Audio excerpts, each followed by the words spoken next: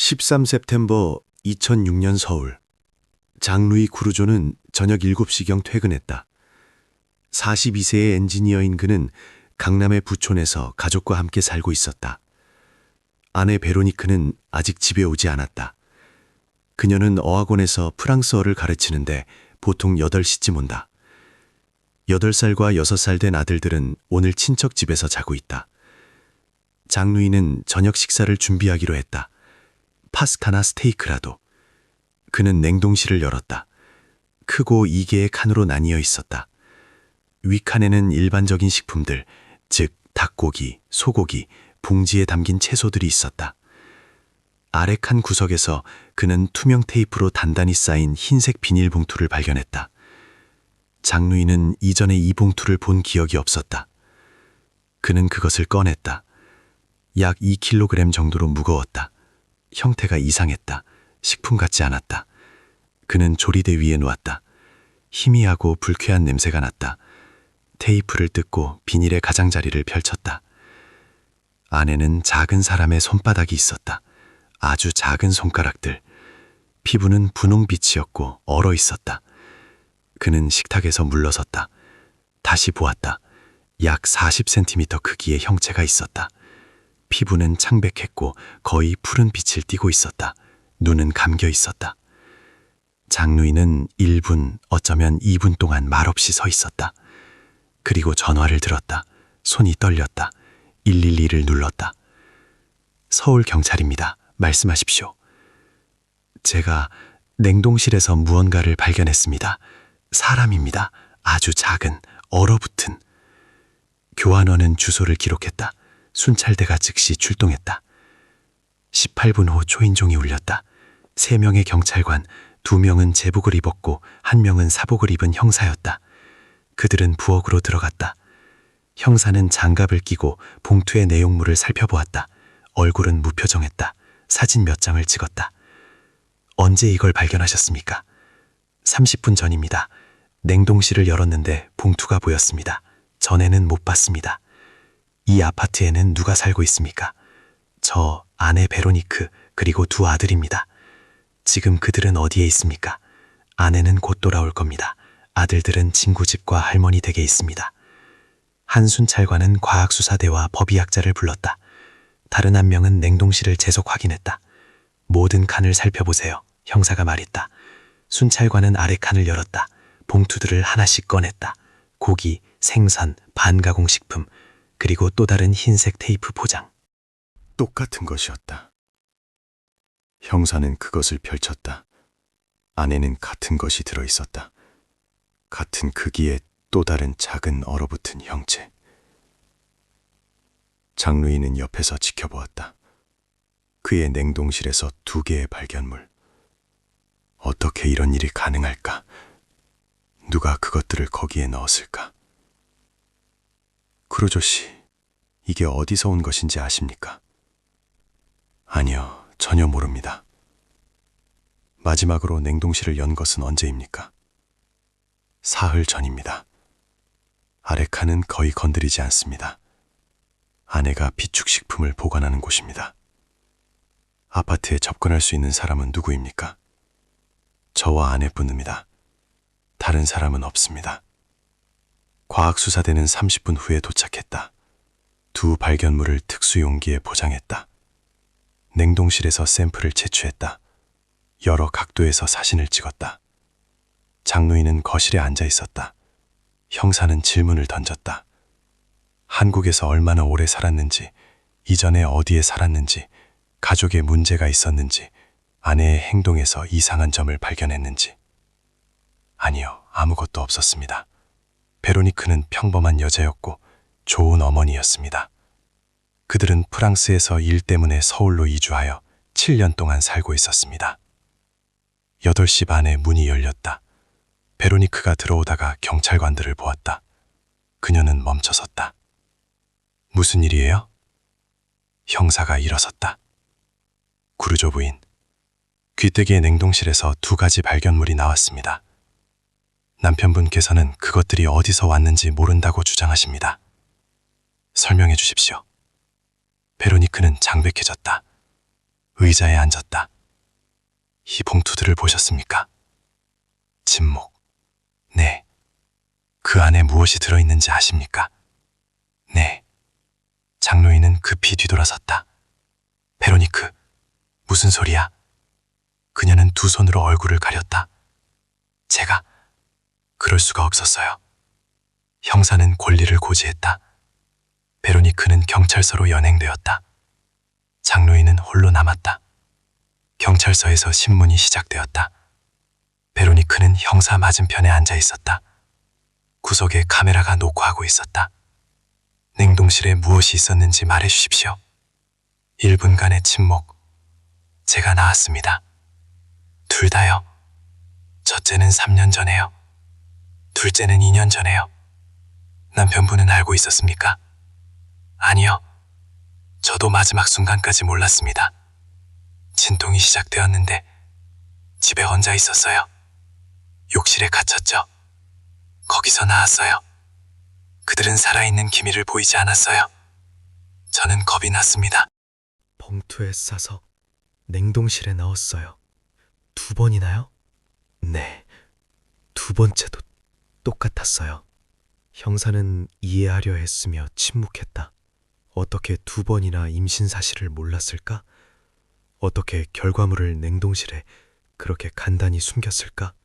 법의학자가 원인을 규명할 겁니다. 그들이 살아있었는지 아닌지 알게 될 겁니다. 만약 살아있었다면 이건 다른 문제입니다. 베로니크는 고개를 끄덕였다. 눈물이 소리 없이 흘러내렸다. 수사가 시작되었다. 경찰은 두 아들의 모범적인 어머니가 왜 2번이나 출산 사실을 숨겼는지 밝혀내야 했다.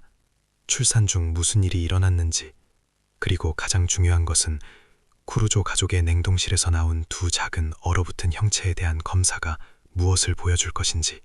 8층에 위치한 아파트는 성공적인 가정의 전형적인 주거 공간처럼 보였다. 침실 3개, 넓은 거실, 현대적인 주방. 벽에는 액자에 담긴 가족 사진들이 걸려 있었다. 해변에서 두 아들과 함께 웃고 있는 부부, 스키 리조트에서 같은 4명, 공원에서 가족 피크닉. 경찰은 쿠루조 가족에 대한 정보를 수집하기 시작했다. 장로인은 서울 지하철 건설에 참여하는 프랑스 대기업의 엔지니어로 일하고 있었다. 좋은 직위, 안정적인 수입. 베로니크는 어학원에서 프랑스어를 가르쳤다. 주 3회 10시부터 3시까지. 형사들은 이웃들을 신문했다. 5층에 사는 한 나이든 한국 여성은 쿠루조 가족이 항상 친절했다고 말했다. 인사를 잘하고 미소를 지었다. 6층에 사는 프랑스 부부는 지난달 바비큐 파티에서 그들을 만났는데 평범하고 대화하기 즐거운 사람들이었다고 했다.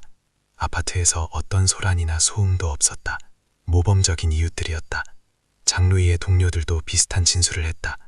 신뢰할 수 있는 직원, 전문가, 집안 문제에 대해 불평한 적이 없었다. 항상 차분하고 침착했다. 때때로 아들들의 사진을 보여주며 자랑스러워했다. 베로니크가 일하는 어학원의 원장은 그녀를 훌륭한 교사로 묘사했다. 시간 엄수, 책임감이 강했다. 학생들은 그녀를 좋아했다. 동료들도 좋은 평가를 했다. 몇 번 휴가를 했지만 항상 미리 알렸다. 아무런 불만도 없었다. 가족의 친구들, 즉 서울에 사는 또 다른 프랑스 부부는 쿠루조 가족을 약 5년 동안 알고 지냈다고 말했다. 프랑스 커뮤니티 모임에서 만났다. 그 이후로 정기적으로 만났다. 저녁 식사, 아이들과의 산책, 함께하는 여행. 그들의 말에 따르면 완벽한 가족이었다. 베로니크는 보살핌이 깊은 어머니였고 항상 아들들에게 세심했다. 장루이는 좋은 아버지였고 아들들과 많은 시간을 보냈다. 형사들은 의료 기록을 확인했다. 베로니크는 첫 번째와 두 번째 임신 기간 동안 2번 산부인과 진료를 받았다. 둘 다 합병증 없이 진행되었다. 병원에서의 출산도 2번 모두 정상이었다. 2000년 둘째 아들을 낳은 후에는 더 이상 의사를 찾지 않았다. 우울증에 대한 기록은 없었다. 심리학자 방문 기록도 없었다. 항우울제나 진정제 처방도 없었다. 경찰은 재정을 확인했다. 계좌는 정상이었다. 큰 지출은 없었다. 빚도 없었다. 안정적인 중산층이었다. 주택대출은 정기적으로 상환되었다. 소액의 저축도 있었다. 모든 것이 깨끗했다. 형사들은 최근 몇 달간의 가족 일정표를 검토했다. 7월에 크루조 가족은 3주 동안 프랑스로 떠났다. 부르고뉴에 있는 베로니크의 부모님을 방문하기 위해서였다. 8월 중순에 돌아왔다. 8월 말에 장루이는 다시 일주일 동안 프랑스로 출장을 갔다. 파리로의 업무 출장이었다. 베로니크는 아들들과 함께 서울에 남아 있었다. 이제 장루이가 냉동실에서 발견물들을 찾은 이유가 명확해졌다. 베로니크는 항상 집에 있었고 항상 주방을 관리했다. 그녀는 거기에 무엇이 있는지 알고 있었다. 그녀는 아래칸을 피하고 위칸에서만 식료품을 꺼냈다. 장루이는 스스로 요리하는 일이 거의 없었다. 보통 아내가 했다. 그러나 그날 그녀는 퇴근이 늦었다. 그는 저녁 식사를 시작하기로 결정했다. 냉동실을 열었다. 그리고 몇 년 동안 숨겨져 있던 것을 발견했다.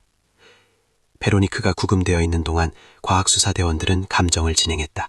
결과는 며칠 후에 나올 것이었다. 그러나 이미 한 가지는 명확했다. 겉보기에 번영해 보이는 이 가족에게 뭔가 완전히 잘못된 일이 있었다. 평범함의 이면에 숨겨진 비밀은 남편조차도 알지 못했다. 9월 14일 아침, 과학수사대원들은 상세한 조사를 위해 크루조 아파트로 돌아봤다. 베로니크는 구금되어 있었다. 장루이는 아들들과 함께 친구 집으로 옮겨갔다. 전문가들은 체계적으로 작업했다. 욕실이 가장 먼저 특히 꼼꼼하게 점검되었다. 베로니크의 말에 따르면 모든 일이 그곳에서 2번 발생했다. 그들은 루미노를 뿌렸다. 이 물질은 혈액과 접촉하면 자외선 아래에서 빛난다. 표면이 깨끗하게 닦였더라도 심지어 몇 년이 지났더라도 루미놀은 흔적을 보여줄 것이다. 욕실은 완벽하게 깨끗했다. 어떤 빛도 없었다. 타일 사이의 틈, 욕조 배수구, 바닥, 모든 곳을 점검했다. 아무것도 없었다. 베로니크가 모든 것을 수술적 정확도로 닦아냈거나 아니면 그녀가 사건 장소에 대해 거짓말을 했거나 둘 중 하나였다. 과학수사대원들은 침실들을 조사했다. 침구, 매트리스, 카펫, 다시 루미놀, 다시 아무것도 없었다. 부부 침실은 정돈되어 있었다.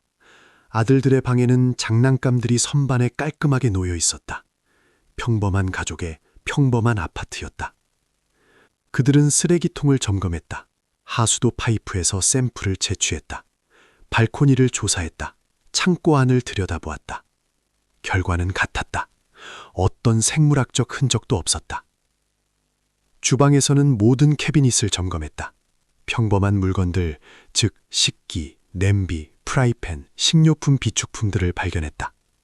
싱크대 아래에는 세제들이 있었다. 식기 세척제, 세척가루, 표백제 등 표준적인 구성이었다. 의심스러운 것은 아무것도 없었다. 형사는 장루이를 다시 신문했다. 2003년과 2004년의 아내의 행동에서 특이한 점을 발견했는지 베로니크의 말에 따르면 그 시기에 모든 일이 일어났다. 장루이는 기억을 더듬었다. 2003년 큰아들이 5살, 작은아들이 3살이었다. 베로니크는 같은 어학원에서 일했다. 모든 것이 평소와 같았다. 아마도 몇 번 피곤하다고 불평했을 것이다. 하지만 2명의 활동적인 아들들과 함께 누가 피곤하지 않을까? 2004년 마찬가지였다. 평범한 삶, 일, 아이들, 공원에서 주말 보내기. 어떤 이상한 점도 없었다. 몸매, 기분, 행동에 어떤 변화도 없었다. 당신들은 함께 살았습니다. 같은 침대에서 잠을 잤고요. 어떻게 2번이나 임신 사실을 눈치채지 못할 수 있었습니까? 모르겠습니다. 정말 아무것도 눈치채지 못했습니다. 베로니크는 체중이 늘지 않았습니다. 아니면 제가 주의를 기울이지 않았을 수도 있습니다. 그녀는 항상 자신을 관리했고 요가를 했습니다. 그녀가 오랫동안 집을 비웠습니까? 아니요. 일하러 가거나 평범한 일, 즉 상점, 아이들 학교, 가끔 친구들과 만나는 일 외에는 없었습니다. 휴가를 냈습니까? 몇 번이요? 몸이 안 좋다고 말했습니다. 집에 머물렀습니다. 저는 일하러 갔다가 저녁에 돌아오면 그녀는 이미 괜찮았습니다. 형사는 기록했다. 이 휴가들은 베로니크가 언급한 날짜들과 일치했다. 의료 전문가가 조사를 실시했다. 두 발견물 모두 같은 성별이었다. 둘 다 만삭이었고 정상적인 체중과 크기였다. 대략적인 나이는 신생아로 몇 시간 이상 되지 않았다. 오랜 냉동 보관으로 인해 사망 원인을 파악하기는 어려웠다. 조직은 얼음 결정으로 손상되어 있었다. 그러나 폭력적인 행동의 흔적은 없었다. 골절, 질식 흔적, 어떤 손상도 없었다. 전문가는 그들이 태어난 후 숨을 쉬었는지 여부를 명확하게 말할 수 없었다. 폐 공기 테스트는 그러한 보관 후에는 정보력이 없었다. DNA 분석은 둘 다 같은 부모에게서 태어났음을 확인했다. 장 루이와 베로니크의 샘플과 비교한 결과 일치했다. 그들의 자손이었다. 생물학적으로는 사실이었다. 이제 수사팀은 가장 중요한 것을 이해하려고 노력했다. 베로니크는 임신 사실을 몰랐다고 주장했다. 출산이 갑자기 시작되었다고. 2번 모두 신생아들이 살아있는 기미를 보이지 않았다고. 그러나 이를 확인할 방법은 없었다. 3년과 2년이 지났다. 증인도 없었다. 의료 기록도 없었다. 오직 그녀의 말뿐이었다. 만약 그녀가 진실을 말한다면 그것은 비극이었다. 여성이 정말로 임신을 인식하지 못하는 드문 심리적 상태. 그런 일은 일어난다. 의학도 이를 인정한다. 그리고 만약 두 신생아가 사산이었다면 형식적으로는 범죄 구성 요건이 없었다. 은폐에 대한 문제만 있을 뿐이었고 그것은 다른 조항이었다. 만약 그녀가 거짓말을 한다면 그것은 완전히 다른 문제였다. 이중살인, 고의적이거나 과실로 인한 최소 10년의 징역형. 수사는 교착 상태에 빠졌다. 물리적 증거는 없었다. 증인도 없었다. 오직 베로니크의 자백과 어떤 것도 명확하게 증명하지 못하는 감정 결과뿐이었다. 사건은 법원이 그녀의 진술을 믿을지 여부에 전적으로 달려 있었다. 그리고 이를 위해서는 베로니크 구루조가 실제로 어떤 사람인지 이해해야 했다. DNA 결과는 생물학적 친자관계를 확인했다. 이제 수사팀은 다른 것에 집중했다. 베로니크가 2003년과 2004년에 실제로 임신했었다는 증거를 찾을 수 있을까? 만약 그녀가 거짓말을 한다면 그것은 세부 사항에서 드러날 것이다. 형사들은 그 기간 동안의 모든 가족 사진을 요청했다. 장 루이는 여러 앨범을 제공했다. 휴가, 가족 행사, 아들들의 생일 사진들. 전문가들은 각 사진을 주의 깊게 살펴보았다. 2003년 3월 사진에서 베로니크는 청바지와 스웨터를 입고 있었다. 몸매는 날씬했고 배는 평평했다. 4월에는 피크닉에서 여름 드레스를 입고 있었다. 다시 어떤 징후도 없었다. 5월, 6월, 7월도 마찬가지였다. 베로니크의 말에 따르면 첫 출산은 2003년 8월에 일어났다. 그러나 7월 사진에서 그녀는 완전히 평범해 보였다. 배가 부른 모습은 전혀 없었다. 2004년, 형사들은 2월부터 8월까지의 사진을 확인했다. 모든 사진에서 베로니크는 몸에 달라붙는 옷이나 수영복을 입고 있었다. 몸매는 변함이 없었다. 7월에 가족은 바다에 갔는데 그녀는 비키니를 입고 있었다. 배는 평평했다. 그리고 출산은 그해 9월에 일어났다고 그녀는 말했다. 수사팀은 베로니크의 친구들을 신문했다. 프랑시인 이자벨은 서울에서 7년 동안 그녀와 친구였다. 최소 일주일에 한 번은 만났다. 함께 요가를 하고 커피를 마시고 아이들과 산책했다. 2003년이나 2004년에 뭔가 특이한 점을 눈치채셨습니까? 아니요, 전혀요. 베로니크는 항상 몸매가 좋았어요. 우리는 함께 운동했어요. 그녀는 평범한 옷을 입었고요. 몸이 안 좋다고 불평한 적도 없었어요. 요가를 쉬는 기간이 있었습니까? 두어 번 피곤하다고 말했어요. 하지만 그건 정상이죠. 활동적인 아들 둘이 있잖아요. 어학원의 동료들도 비슷한 진술을 했다. 원장은 출석부를 확인했다. 2003년 8월에 베로니크는 3일의 휴가를 냈다. 2004년 9월에는 4일의 휴가를 냈다. 2번 모두 몸이 안 좋다는 이유였다. 그러나 그 전후로는 평소처럼 일했다. 한 동료는 그 기간 동안 베로니크가 좀 더 헐렁한 옷을 입고 왔다고 회상했다. 긴 튜닉, 넓은 블라우스. 하지만 여름이었고 더운 날씨에 많은 사람들이 그렇게 입는다. 수사팀은 서울의 의료기관들을 확인했다. 베로니크가 몰래 의사를 찾았을 수도 있었다. 그러나 2003, 2004년 동안 어떤 데이터베이스에도 그녀의 이름은 없었다. 어떤 초음파 검사, 어떤 상담, 어떤 검사도 없었다. 형사는 또 다른 신문을 진행했다. 이번에는 베로니크에게 그날들에 정확히 무슨 일이 일어났는지 자세히 말해달라고 요청했다. 첫 번째 경우에 대해 말해주십시오. 2003년 8월입니다. 베로니크는 몇 초 동안 조용히 앉아 있었다. 집에 혼자 있었어요. 아이들은 할머니 댁에 가 있었고 남편은 직장에 있었어요. 아침에 아랫배에 이상한 통증을 느꼈어요. 뭔가에 중독됐다고 생각했죠. 통증이 심해졌어요. 그러다 진통이라는 것을 깨달았어요. 욕실로 갔어요. 문을 잠갔죠. 1시간 후에 모든 것이 끝났어요. 구급차를 부르지 않았습니까? 아니요. 저는 충격 상태였어요. 무슨 일이 일어나는지 이해할 수 없었어요. 모든 일이 벌어진 후에야 결과를 보게 되었어요. 그는 움직이지 않았어요. 아주 작았어요. 임신 사실을 몰랐기 때문이라고 생각했어요. 몸이 준비되지 않았기 때문이라고요. 그 다음에 무엇을 했습니까? 모든 것을 치웠어요. 씻고 비닐로 싸서 봉투에 넣었어요. 테이프로 밀봉하고 식료품 아래 냉동실에 숨겼어요. 뭘 해야 할지 몰랐어요. 남편에게 말할까봐 무서웠어요. 제가 비난받을까봐 무서웠어요. 두 번째는요, 2004년 9월입니다. 똑같았어요. 다시 임신한 줄 몰랐어요. 다시 진통이 갑자기 시작되었고 다시 집에 혼자 있었어요. 모든 것이 똑같이 반복되었어요. 저는 똑같이 행동했어요. 냉동실에 숨겼죠. 아무도 절대 모를 거라고 생각했어요. 형사는 잠시 멈췄다. 어떻게 2번이나 임신 사실을 몰랐을 수 있습니까? 당신은 이전에 출산 경험이 있습니다. 어떤 모습인지 아실 텐데요. 모르겠어요. 저는 징후가 없었어요. 배가 나오지 않았어요. 월경도 했고요. 체중도 늘지 않았어요. 저는 정말 임신한 줄 몰랐어요. 수사팀은 정신과 의사와 상담했다.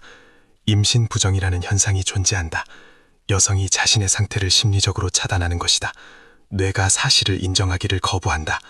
배는 평평하게 유지되고 월경은 계속되고 체중은 변하지 않는다. 드물지만 일어나는 일이다. 의학문헌에 기술되어 있다. 하지만 2번 연속으로 정신과 의사는 주저했다. 1번은 가능할 수도 있다. 2번은 극히 드물다. 하지만 배제할 수는 없다. 베로니크의 진술은 확인하거나 반박할 수 없었다. 물리적 증거는 없었다. 증인도 없었다. 오직 그녀의 말과 어떤 것도 명확하게 증명하지 못하는 감정 결과뿐이었다. 수사팀은 사건을 검사에게 넘겼다. 이제 법원이 결정할 일이었다. 표준 프로토콜에 따라 수사는 발견물을 찾은 사람으로부터 시작된다. 장루이 쿠르조는 첫 번째 용의자가 된다. 9월 15일 그는 추가 신문을 위해 구금된다. 수사관들의 논리는 간단하다. 남자는 아파트에 살고 아내와 같은 침대에서 잠을 자고 매일 그녀를 본다.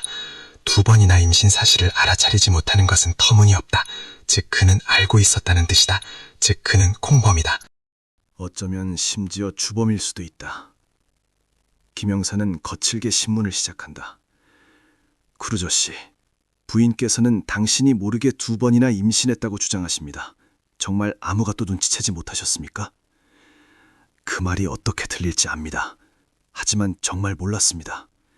당신은 그녀와 같은 침대에서 잤습니다. 어떻게 몸의 변화를 눈치채지 못할 수 있습니까? 베로니크는 항상 자신을 관리했습니다. 운동을 했습니다. 저는 아무것도 이상한 점을 발견하지 못했습니다. 그녀는 체중이 늘지 않았습니까? 아니요. 아니면 제가 주의를 기울이지 않았을 수도 있습니다. 그녀의 행동은 변하지 않았습니까? 어쩌면 두어 번 피곤하다고 불평했을 수도 있습니다. 하지만 저희에게는 2 아들이 있습니다. 피곤한 건 정상입니다. 김영사는 진술 조서들을 넘겨본다. 2003년 8월, 그날들에는 어디에 계셨습니까? 직장에 있었습니다. 베로니크는 몸이 안 좋다고 하며 며칠 휴가를 냈습니다. 그녀에게 의사를 찾아가라고 권유하지 않았습니까? 그녀는 그저 피곤하다고 했습니다. 며칠 후에는 괜찮아졌습니다. 2004년 9월, 똑같았습니까? 네, 그녀는 또다시 휴가를 냈습니다. 저는 아침부터 저녁까지 직장에 있었습니다. 돌아오면 그녀는 이미 괜찮았습니다. 그 기간 동안 냉동실을 확인하지 않았습니까? 아니요, 저는 거기서 뭔가 꺼내는 일이 거의 없습니다. 베로니크가 주방 일을 맡습니다. 형사는 전술을 바꾼다. 쿠르조 씨, 솔직해집시다. 당신은 아내가 임신했다는 것을 알고 있었습니다. 당신은 더 이상 아이를 원하지 않았습니다. 당신은 그녀가 문제를 해결하는 것을 도왔습니다. 아니요, 이건 완전히 거짓말입니다. 그렇다면 7년 동안 여성과 함께 살던 성인 남성이 어떻게 2번이나 임신 사실을 놓칠 수 있는지 설명해 보세요. 모르겠습니다. 저도 어떻게 이런 일이 가능한지 이해가 안 됩니다. 장로인은 초조해지기 시작한다. 손이 떨린다. 목소리가 갈라진다. 그는 자신의 말이 얼마나 터무니없이 들리는지 이해한다. 수사팀은 그의 알리바이를 확인한다. 동료들은 확인해준다. 2003년 8월과 2004년 9월에 장로인은 사무실에서 근무했다. 오전 9시에 출근하여 오후 6시에 퇴근했다. 어떤 이탈도 없었다. 어떤 의심스러운 전화도 없었다. 전화 기록을 확인한다. 사건이 일어난 것으로 추정되는 날짜에 장루인은 평소보다 아내에게 더 자주 전화하지 않았다. 직장에서 조퇴하지도 않았다. 완전히 평범하게 행동했다. 금융거래도 깨끗했다. 대규모 현금 인출도 없었다. 이상한 구매도 없었다. 의료 서비스에 대한 현금 지불도 없었다. 김영사는 동료들과 상의한다. 장루이의 알리바이는 철옹성 같았다. 그는 사건 당시 물리적으로 존재할 수 없었다. 발견 당시 그의 반응은 진심으로 보였다. 이웃들은 그가 경찰에 전화할 때 겁에 질린 목소리를 들었다. 교환원과의 대화 녹음은 그 남자가 충격 상태였다는 것을 확인해준다. 수사팀은 심리 감정을 요청한다. 장로인은 테스트를 받는다. 결과는 정상적인 심리 유형으로 반사회성이나 폭력 성향의 징후는 없었다. 거짓말 탐지기는 그가 임신 사실을 몰랐다고 말할 때 진실을 말하고 있음을 보여준다. 하지만 가장 중요한 질문은 남는다. 어떻게 2번이나 눈치채지 못할 수 있을까? 수사팀은 산부인과 의사와 상담한다. 의사는 설명한다. 임신 부정의 경우 여성의 몸은 실제로 고전적인 징후를 보이지 않을 수 있다. 폐는 자라지 않거나 최소한으로 자란다. 지방은 다르게 분포된다. 자궁은 옷 아래에서 변화가 눈에 띄지 않게 위치한다. 남자가 무엇을 찾아야 할지 모른다면, 여성이 헐렁한 옷을 입고 있다면, 성생활이 그리 활발하지 않다면 그는 알아차리지 못할 수 있다. 그리고 크루조 부부의 성생활은 실제로 그리 활발하지 않았다. 장루이는 2000년 둘째 아들을 낳은 후 친밀함이 드물어졌다고 인정한다. 한 달에 한 번, 어쩌면 그보다 적게. 둘 다 직장과 아이들 때문에 지쳤다. 이것은 어린 자녀가 있는 부부에게는 정상적인 일이다. 수사 2주가 끝날 무렵 수사팀의 입장은 바뀐다. 장루이는 정말로 아무것도 몰랐다. 그의 진술은 터무니없지만 모든 사실과 일치한다. 그는 공범이 아니다. 그는 다른 모든 사람들처럼 상황의 희생자다. 그는 풀려난다. 사건이 종결될 때까지 한국을 떠나지 말라는 경고를 받는다. 장루이는 아들들과 함께 사는 친구 집으로 돌아간다. 이제 경찰의 모든 관심은 베로니크에게 집중된다. 그녀가 법정에서 2003년과 2004년에 그들의 아파트에서 무슨 일이 일어났는지 설명해야 한다. 베로니크는 2주째 구금되어 있다. 그동안 5번 신문을 받았다. 그리고 신문을 거듭할수록 그녀의 진술은 조금씩 바뀌었다. 첫 신문에서는 2 아이를 모두 낳았다고 인정했다. 임신 사실을 몰랐다고 말했다. 태어난 직후 생명의 징후를 보이지 않았다고. 2번째 신문에서는 세부 사항을 추가했다. 통증에 대해, 욕실에 갇혔던 것에 대해, 공포와 두려움에 대해 이야기했다. 3번째 신문에서는 한 가지 세부 사항을 바꿨다. 첫 출산이 8월이 아니라 2003년 7월에 일어났다고 말했다. 그러다 다시 기억해내곤 아니 그래도 8월이었다고 했다. 4번째 신문에서는 2번째 임신은 출산 일주일 전에야 의심했다고 인정했다. 하지만 의사를 찾아가지 않았다. 착각이길 바랐다고. 5번째 신문에서는 다시 진술을 바꿨다. 이제는 2번 모두 마지막 순간까지 전혀 몰랐다고 말한다. 김 형사는 모든 모순점을 기록한다. 이것은 전형적인 징후다. 사람이 거짓말을 할 때 그의 진술은 변한다. 진실은 항상 하나지만 거짓은 여러 가지 형태로 존재한다. 신문에 참여한 심리학자는 또 다른 이상한 점을 지적한다. 베로니크는 이 모든 것을 지극히 침착하게 말한다. 감정 없이, 마치 가게에 가는 것에 대해 이야기하는 것처럼.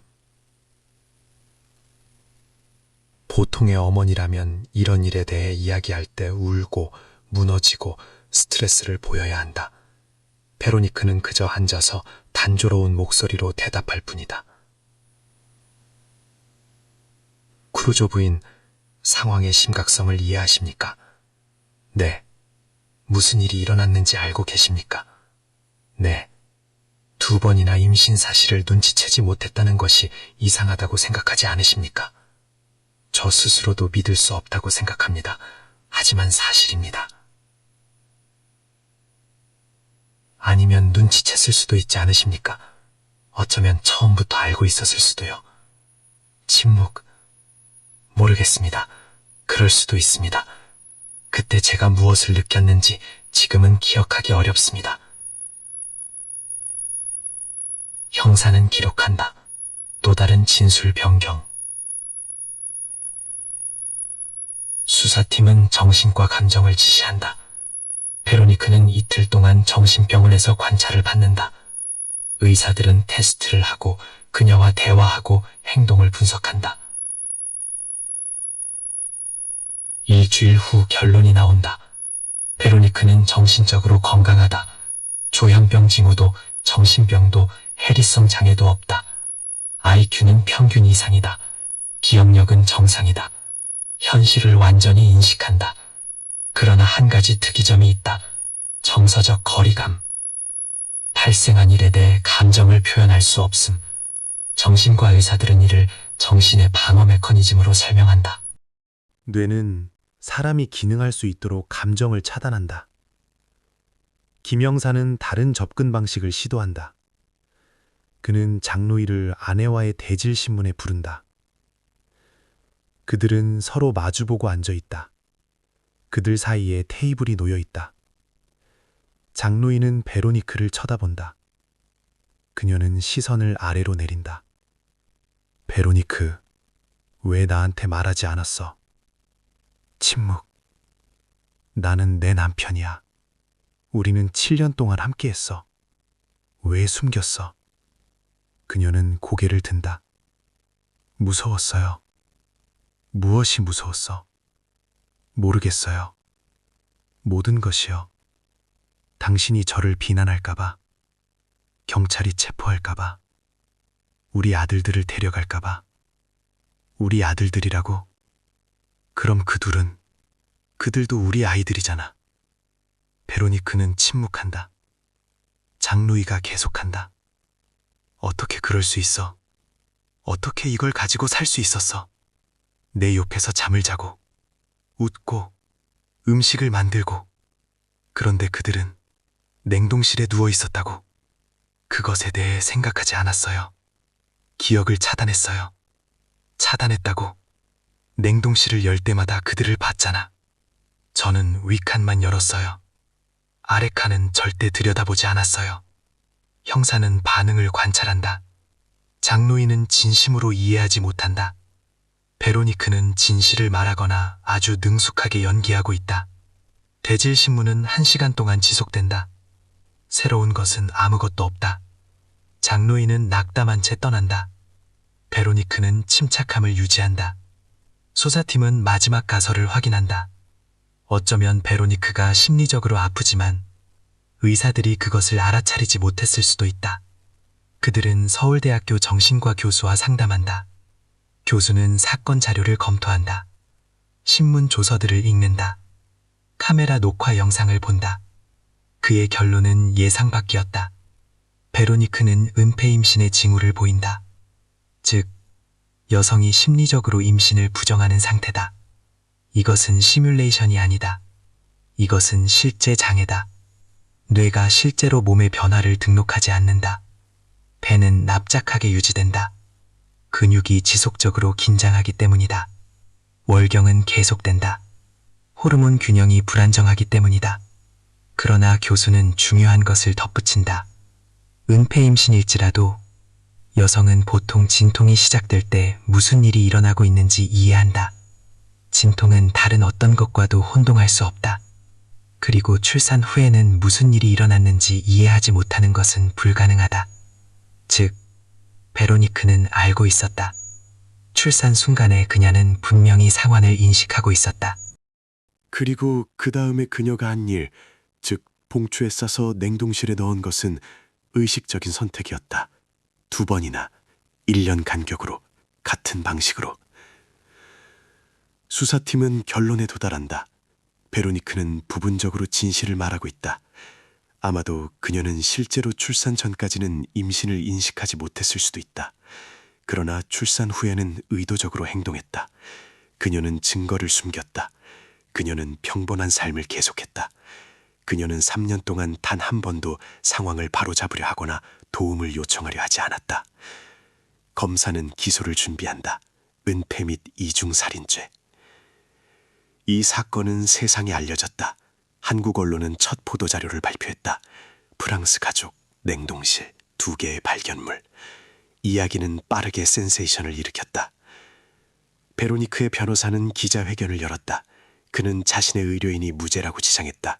그녀가 충격 상태에 있다고, 수사팀이 불충분한 증거를 바탕으로 결론을 내리고 있다고, 감정 결과는 신생아들이 태어난 후 살아있었는지 여부를 명확히 확인할 수 없다고. 기자들은 베로니크와의 인터뷰를 요청했다. 변호사는 서울의 현지 프랑스 출판사와의 한 차례 인터뷰를 허락했다. 인터뷰는 발견 후 3주 후에 나왔다. 베로니크는 면회실에 앉아 있었다. 카메라는 없었고 녹음기를 든 기자만 있었다. 그녀는 침착하고 평온한 목소리로 말했다. 눈물도 손에 떨림도 없었다. 이것이 끔찍하게 보인다는 것을 압니다. 하지만 저는 정말로 임신한 줄 몰랐습니다. 2번 모두 저에게는 완전히 예상치 못한 일이었습니다. 어떻게 2번이나 임신 사실을 눈치채지 못할 수 있습니까? 설명할 수 없습니다. 증상이 없었습니다. 배가 나오지 않았습니다. 저는 계속 운동했습니다. 월경도 평소처럼 있었습니다.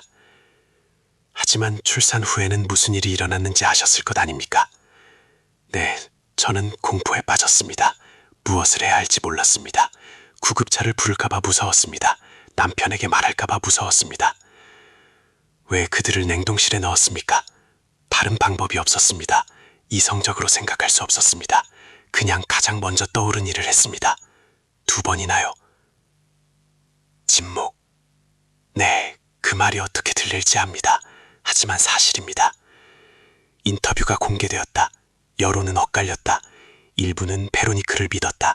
즉, 그런 일은 실제로 일어날 수 있고 은폐 임신은 실제라고. 다른 사람들은 그녀를 괴물이라고 불렀다. 어떻게 냉동실에 유해가 있다는 것을 알면서 몇 년 동안 살 수 있느냐고. 서울의 프랑스 공동체는 분열되었다. 쿠루조 가족의 지인 절반은 베로니크를 옹호했다. 그녀의 친구 이자벨은 인터뷰를 했다.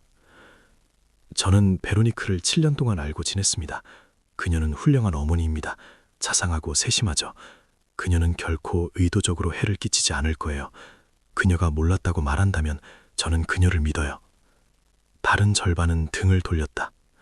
5층 이웃은 한국 TV 채널에 말했다. 이제 와서 생각해보니 네, 그녀는 가끔 살이 쪘었어요. 2003년 여름에는 헐렁한 블라우스를 입었죠. 하지만 그냥 더워서 그런 줄 알았어요. 그리고 2004년에도 그녀가 좀 더 통통해 보이는 시기가 있었어요. 하지만 누가 생각이나 있겠어요. 이 사건을 언론에 설명하는 심리학자는 가장 이상한 점을 지적했다. 베로니크는 유죄인 것처럼도 무죄인 것처럼도 행동하지 않았다. 보통 사람들은 죄를 인정하고 후회하거나 아니면 맹렬히 부인하고 정의를 요구한다. 베로니크는 그저 침착했다. 마치 다른 사람의 삶을 이야기하는 것처럼. 가족의 친구들, 즉 그 프랑스 부부는 세부 사항을 회상했다. 2003년 여름 바비큐 파티에서 베로니크는 와인을 거절했다. 항생제를 복용 중이라고 말했다. 아무도 중요하게 생각하지 않았다. 2004년 함께 간 바다 여행에서 그녀는 수영을 하지 않았다. 감기에 걸렸다고 말했다. 이것도 정상적으로 보였다. 이제 이런 사소한 것들이 그림으로 맞춰진다. 그녀는 자신의 몸매가 드러날 상황을 피했다. 술을 마시지 않았다. 헐렁한 옷을 입었다. 어쩌면 그녀는 알고 있었을 수도 있다. 아니면 무의식적으로 느끼고 있었지만 스스로 인정하지 않았을 수도 있다. 한국 언론은 더 깊이 파고들었다. 프랑스에서 베로니크의 옛 지인들을 찾아냈다. 2주 전의 동창, 직장 동료들 모두 그녀를 내성적이고 절제된 사람으로 묘사했다. 결코 문제를 나누지 않았다. 항상 감정을 숨겼다. 학창시절 친구는 말한다. 어린 시절 베로니크는 매우 책임감이 강하고 거의 완벽주의자였다. 실수를 저지를까봐 두려워했다. 부모님을 실망시킬까봐 두려워했다. 아마도 이러한 성격적 특성이 역할을 했을 것이다. 예상치 못한 임신이 발생했을 때 그녀는 그것을 사실로 받아들일 수 없었을 뿐이다. 뇌가 문제인식을 차단한 것이다. 수사팀은 모든 인터뷰를 분석한다. 상황은 여전히 모순적이다. 한편으로는 베로니크가 실제로 임신을 인식하지 못했을 수도 있다. 의학도 그러한 가능성을 확인한다. 다른 한편으로는 출산 후 그녀의 행동은 완전히 합리적이었다. 그녀는 증거를 숨겼다. 그녀는 평범한 삶을 계속했다. 그녀는 3년 동안 단 한 번도 무너지지 않았고 고백하지 않았으며 도움을 요청하지 않았다.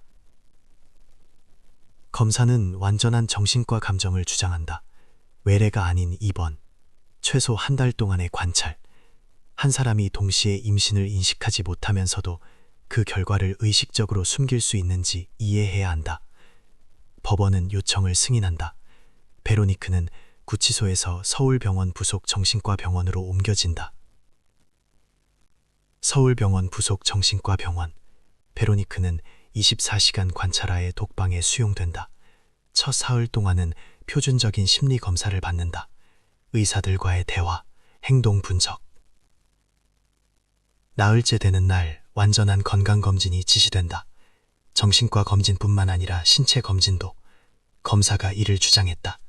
베로니크의 신체 상태에 대한 객관적인 데이터를 얻어야 했다.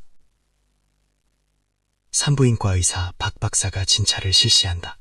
간호사와 검찰 관계자가 입회한다. 모든 것이 기록된다. 이것은 당신이 집에서 출산했다는 것을 의미합니다. 혼자서 2번이나요. 당신이 묘사한 것과 똑같습니다. 의학은 당신 이야기의 이 부분을 확인해 줍니다.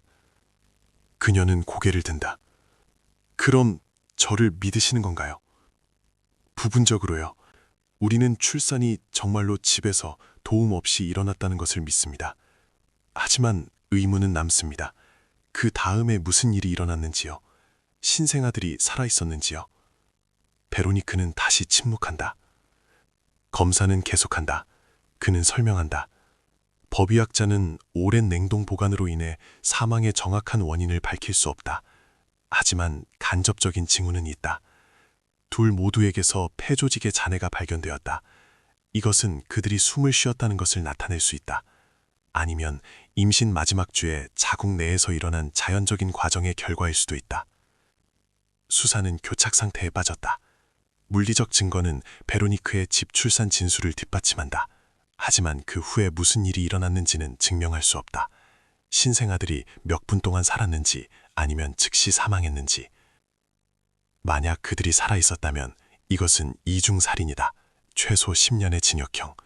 만약 사산이었다면 은폐일 뿐이며 최대 2년의 집행유예. 정신과 의사들은 계속 관찰한다. 2주 후에 완전한 보고서가 나온다. 베로니크는 정신적으로 건강하다. 어떤 장애도 없다. 하지만 그녀에게서 높은 수준의 정서적 억압이 발견되었다. 외상적 기억을 차단하는 능력. 이것이 그녀가 3년 동안 평범한 삶을 살 수 있었던 이유를 설명한다. 한 정신과 의사는 보고서에 중요한 세부 사안을 추가한다. 베로니크는 해리 증상을 보인다. 즉, 의식이 충격적인 사건으로부터 자신을 분리하는 심리적 방어 기제다. 사람은 사실을 기억하지만 그것과의 정서적 연결을 느끼지 못한다. 마치 자신에게 일어난 일이 아닌 것처럼. 이것이 그녀의 침착함을 설명한다. 그녀는 무감각한 괴물이 아니다. 그녀는 자신의 정신이 사용할 수 있는 유일한 방법, 즉 감정을 차단함으로써 자신을 보호한 사람이다. 하지만 이것이 책임을 면제해주지는 않는다. 베로니크가 출산 전까지 임신을 실제로 인식하지 못했을지라도, 그녀의 정신이 기억을 차단했을지라도 그녀는 여전히 결정을 내렸다. 결과를 냉동실에 숨기기로 한 결정, 아무에게도 말하지 않기로 한 결정, 아무 일도 없었던 것처럼 계속 살아가기로 한 결정. 2번이나 검사는 기소장을 준비한다. 주요 혐의는 이중살인죄. 법원이 주요 혐의를 받아들이지 않을 경우 대체 혐의는 은폐 및 유해 부적절 처리다. 사건은 법원으로 이관된다. 재판은 2006년 12월로 예정되어 있다. 베로니크의 변호사는 변호 전략을 바꾼다. 그는 프랑스에서 전문가를 초빙한다. 추산기 정신의학 전문가인 미셸 듀부아 교수이다. 듀부아 교수는 20년 동안 비슷한 사례들을 연구해왔다. 교수는 2006년 11월 서울에 도착한다. 베로니크와 3번 만난다. 모든 사건 자료를 검토한다. 그리고 법원에 제출할 의견서를 작성한다. 그는 데니드 크로세스, 임신 부정이라고 불리는 현상을 설명한다. 이것은 거짓말이나 시뮬레이션이 아니다. 여성의 뇌가 자신의 상태 인식을 완전히 차단하는 실제 심리적 장애이다. 메커니즘은 다음과 같다. 사람의 정신은 특정 사실을 받아들이고 싶어 하지 않는다. 아마도 두려움 때문에, 사회적 압력 때문에, 혹은 트라우마 때문에 그럴 수 있다. 뇌는 모든 신호를 무시하기 시작한다. 호르몬은 다르게 작용한다. 몸은 적응한다. 배는 자라지 않는다. 근육이 지속적으로 긴장하고 자궁이 비정상적으로 위치하기 때문이다. 월경은 계속된다. 다른 줄처에서 출혈이 발생하기 때문이다. 체중은 변하지 않는다. 지방이 다르게 분포되기 때문이다. 듀부아 교수는 통계를 제시한다. 프랑스에서는 매년 약 3,000건의 임신 부정 사례가 보고된다. 이 중 약 300건은 출산 시점까지 완전한 부정이다. 여성은 진통이 시작될 때에야 자신이 임신했다는 것을 알게 된다. 이것은 드문 일이 아니다. 단지 잘 알려지지 않은 현상일 뿐이다. 대부분의 사례는 정상적으로 끝나기 때문에 범죄 기록에 오르지 않는다. 여성이 병원에서 출산하거나 가까운 사람들의 도움을 받아 집에서 출산한다. 교수는 다른 사건들의 문서를 보여준다. 2003년 독일, 한 여성이 쇼핑몰 화장실에서 출산했다. 임신 사실을 몰랐다. 2005년 캐나다, 한 여교사가 수업 중에 출산했다. 역시 몰랐다. 2004년 스페인, 한 여대생이 기숙사에서 출산했다. 출산 10분 전에 임신 사실을 알았다. 이 모든 사례는 의학 연구로 증명되었다. 이것은 지어낸 이야기가 아니다. 인간의 뇌는 받아들일 수 없는 정보로부터 정신을 보호할 때 놀라운 일을 할 수 있다. 교수는 장루이가 아무것도 눈치채지 못한 이유를 설명한다. 임신 부정의 경우 여성의 몸은 실제로 고전적인 징후를 보이지 않는다. 남편이 무엇을 찾아야 할지 모른다면, 성생활이 그리 활발하지 않다면, 아내가 헐렁한 옷을 입고 있다면 그는 알아차리지 못할 수 있다. 이것은 남편의 잘못이 아니다. 이것은 장애의 특징이다. 듀부아 교수는 베로니크와 함께 테스트를 실시한다. 결과는 임상적 증상과 일치한다. 그녀는 자신이 철저히 숨기는 높은 수준의 불안감을 가지고 있다. 기대에 부응하지 못할까봐 두려워한다.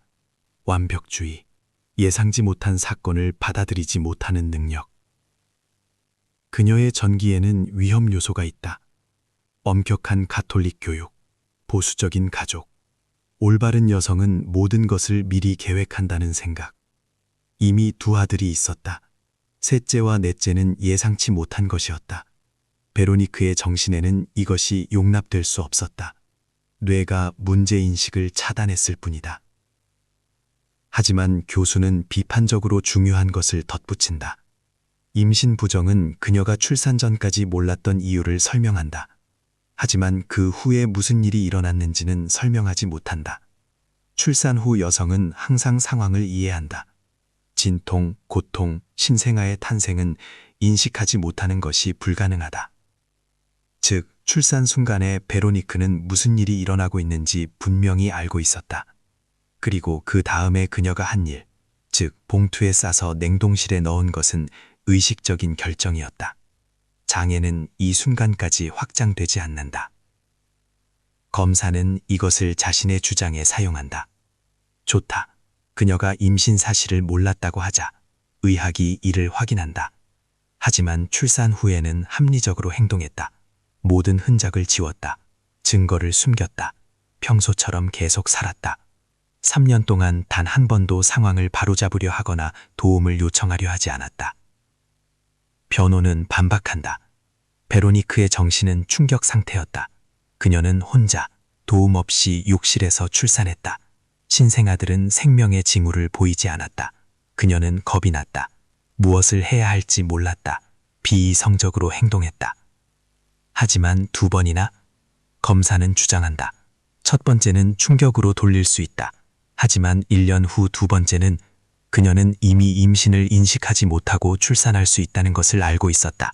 그녀는 준비했어야 했다. 아주 작은 의심이라도 생기면 의사를 찾아갔어야 했다. 대신 역사는 똑같이 반복되었다.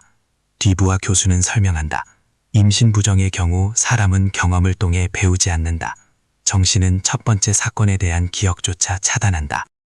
베로니크는 무의식적으로 이전에 이런 일이 있었다는 것을 잊었을 수도 있다. 뇌가 기억을 지워 크라우마로부터 그녀를 보호한 것이다. 법원은 어려운 선택에 직면했다. 의학은 이것이 어떻게 가능했는지 설명한다. 정신의학은 장애의 메커니즘을 설명한다. 하지만 가장 중요한 질문은 남는다. 베로니크가 출산 후에 일어난 일에 대해 유죄인가 하는 것이다. 이제 바로 이 점을 해결해야 할 것이다. 정신과 의사들이 베로니크를 연구하는 동안 수사팀은 장로이를 내버려 두지 않았다. 형식적으로 그는 증인이었다. 그러나 김 형사는 그의 무죄를 완전히 믿지 않았다. 2006년 10월 장로이는 다시 신문을 받는다. 벌써 5번째였다. 형사는 같은 질문을 다른 각도에서 던졌다. 쿠르조 씨, 다시 한번 묻겠습니다. 아내가 임신했고 배가 불러오고 있습니다. 당신은 그녀와 같은 침대에서 잠을 잡니다.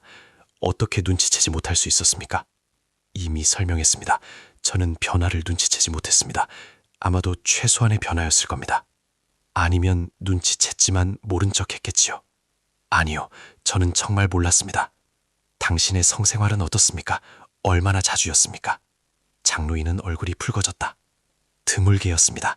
한 달에 한 번, 어쩌면 그보다 적게였습니다. 우리 둘 다 일과 아이들 때문에 지쳐 있었습니다. 편리하군요.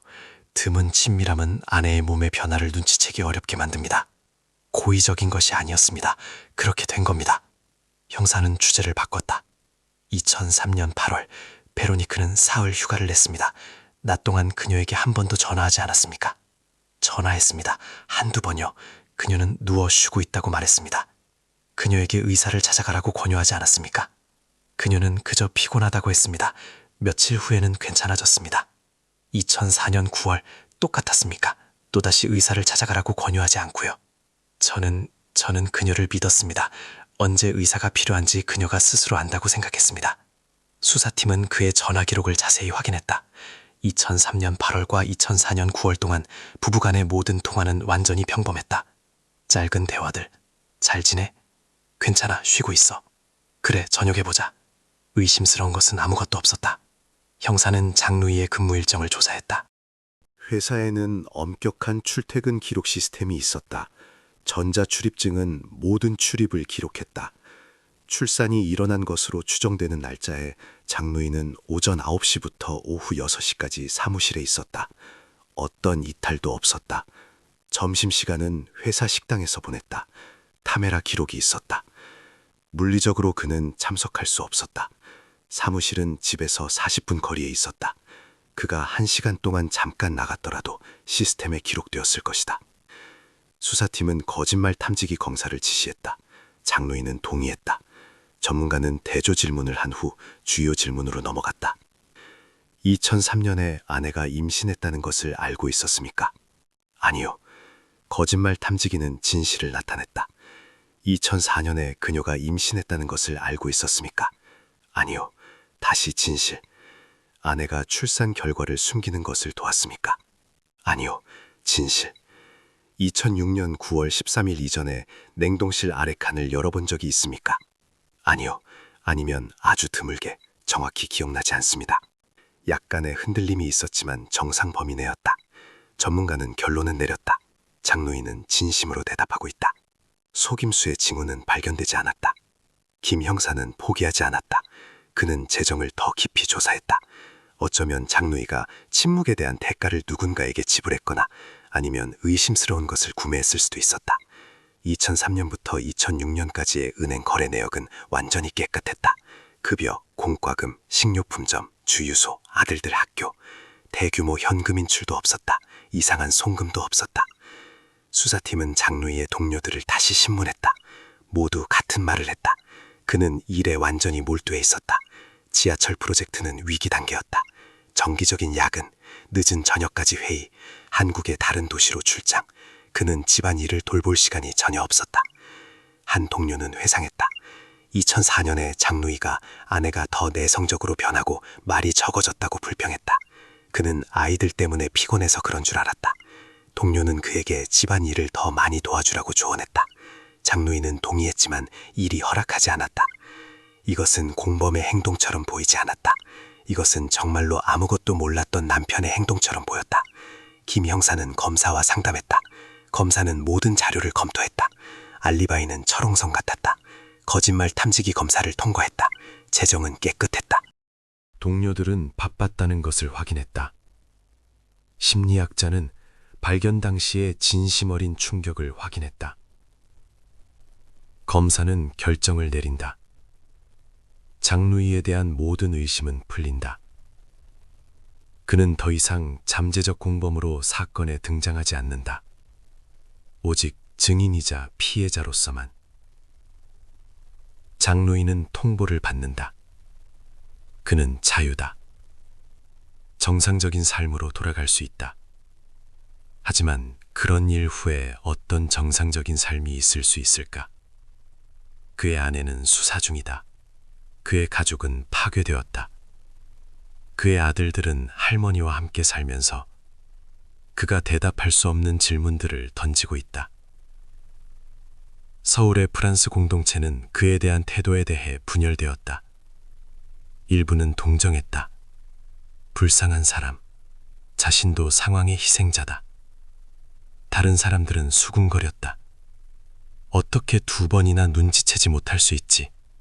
분명 뭔가 숨기고 있을 거야. 장루이는 집 밖으로 나가는 것을 멈췄다. 휴가를 냈다. 친구들의 전화를 받지 않았다. 그저 임대 아파트에 앉아 자신의 삶이 어떻게 이 악몽으로 변했는지 이해하려고 했었다. 한편 베로니크는 재판을 준비하고 있었다. 이제 그녀가 유일한 피고인이었다. 그녀만이 판사와 배심원들에게 2003년과 2004년에 그들의 아파트에서 무슨 일이 일어났는지 설명해야 했다. 사건은 12월로 예정되어 있었다. 한 달이 남았다. 2006년 11월. 베로니크는 한 달째 정신병원에 있었다.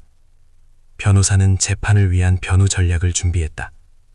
주요 논점은 임신 부정, 심리적 장애, 고의성 부재였다. 하지만 정신과 의사와의 또 다른 상담 중에 베로니크는 예상치 못한 말을 했다. 의사는 즉시 수사팀에 통보했다. 긴급 신문이 지시되었다. 김 형사는 병원에 도착했다. 녹음기를 켰다. 베로니크는 맞은편에 앉아 무릎에 손을 포개고 있었다. 크루즈 부인, 진술에 덧붙이고 싶은 말씀이 있으십니까? 침묵. 10초간의 정적. 2번이 아니었어요. 형사는 얼어붙었다. 무슨 말씀이십니까? 첫 번째는 한국이 아니었어요. 프랑스였죠. 1996년에요. 자세히 설명해 주십시오. 베로니크는 이야기하기 시작했다. 목소리는 한줄없고 감정이 없었다. 마치 보고서를 읽는 것처럼. 1996년. 그녀와 장루이는 결혼한 지 2년이 되었다. 리옹 교회에 살고 있었다. 장루이는 인지니어였고 베로니크는 학교에서 프랑스어 교사였다. 그들은 첫 아이를 계획했지만 돈을 모으기 위해 잠시 미루고 있었다. 여름에 베로니크는 몸이 안 좋다고 느꼈다. 아침에 메스꺼움, 피로. 그녀는 직장 스트레스라고 생각했다. 중요하게 여기지 않았다. 월경은 불규칙했지만 항상 그랬었다. 10월에 진통이 시작되었다. 그녀는 집에 혼자 있었다. 장노인은 파리로 3일간 출장 중이었다. 베로니크는 욕실에 갇혔다. 몇 시간 후에 모든 것이 끝났다. 그 다음에 무슨 일이 일어났습니까? 결과는 생명의 징후를 보이지 않았어요. 뭘 해야 할지 몰랐죠. 공황 상태였어요. 장노이가 하루 뒤에 돌아올 예정이었어요. 그걸 욕실에 둘 수 없었어요. 그래서 어떻게 했습니까? 거실에 벽난로가 있었어요. 나무로 떼는 벽난로요. 저는 모든 것을 거기에 넣었어요. 불을 지폈죠. 모든 것이 제가 될 때까지 몇 시간을 기다렸어요. 형사는 한 단어 한 단어 기록했다. 이것은 모든 것을 바꿨다. 2사건이 아니라 3사건. 첫 번째는 프랑스, 그 다음 2번은 한국. 남편에게 말했습니까? 아니요. 그가 돌아왔을 때 저는 독감에 걸렸었다고 말했어요. 그는 아무것도 눈치채지 못했습니다. 왜 의사를 찾아가지 않았습니까? 무서웠어요. 어떻게 설명해야 할지 몰랐어요. 끔찍한 일로 비난받을 거라고 생각했어요. 임신했다는 것을 인식하지 못했습니까? 아니요. 진통이 시작될 때까지는 전혀 몰랐습니다. 수사팀은 즉시 프랑스 경찰에 연락했다. 1996년에 쿠르조 가족이 살았던 리옹의 집을 확인해달라는 요청을 보냈다. 하지만 10년이 지났다. 집은 다른 가족에게 팔렸다. 벽난로는 수백 번 사용되었다. 어떤 흔적도 찾을 수 없었다. 형사는 신문을 계속했다. 첫 번째 사건 후에 심리학자를 찾아가지 않았습니까? 무슨 일이 일어났는지 이해하려고 노력하지 않았습니까? 저는 기억을 차단했어요. 그것에 대해 생각하지 않으려고 노력했죠. 6개월 후에 첫째를 계획했어요. 임신했고 모든 것이 정상적으로 진행되었죠. 병원에서 출산했어요. 그리고 2000년에 둘째 아들을 낳았고 그것도 정상적이었어요. 그리고 2003년과 2004년에 역사가 반복되었습니다. 네, 저는 그것을 첫 번째 경우와 연결하지 못했어요. 제대로 기억하지 못했죠. 정신이 차단했어요. 신문에 참여한 정신과 의사는 메모를 했다. 이것은 해리 증상의 임상적 증상과 일치한다. 뇌는 외상적 기억을 지워 사람이 기능할 수 있도록 한다. 하지만 패턴은 계속해서 반복된다. 검사는 새로운 진술을 받았다. 이제 혐의는 더욱 심각해졌다. 두 사건이 아니라 세 사건. 체계적인 특성. 1996년 프랑스에서의 첫 번째 경우 그녀는 증거를 파괴했다. 한국에서의 두 번째와 세 번째 경우 냉동실에 숨겼다. 이것은 더 이상 단 한 번의 공황 상태처럼 보이지 않았다. 이것은 반복되는 행동 양식처럼 보였다. 여성이 출산하고 결과를 숨기고 평범한 삶을 계속한다. 두 번은 냉동, 한 번은 소각. 같은 것을 숨기기 위한 세 가지 다른 방법. 베로니크의 변호사는 충격에 빠졌다. 이 자백은 전체 변호 전략을 무너뜨렸다.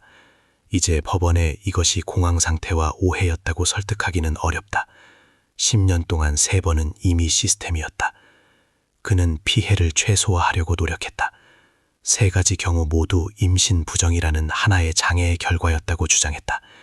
베로니크가 매번 자신의 상태를 정말로 인식하지 못했다고, 출산 후에 그녀가 충격과 해리 상태에서 행동했다고. 하지만 검사는 다르게 보았다.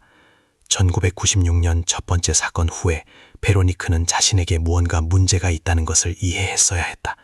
의사를 찾아갔어야 했다. 이런 일이 다시 일어나지 않도록 조치를 취했어야 했다. 대신 그녀는 그저 잊어버리고 역사가 두 번 더 반복되도록 내버려 두었다. 이것은 극도의 무책임함으로 보이거나 아니면 문제에 대한 의도적인 무시로 보인다. 어느 쪽이든 이것은 잘못이었다. 프랑스 경찰은 1996년 베로니크의 의료 기록을 확인했다.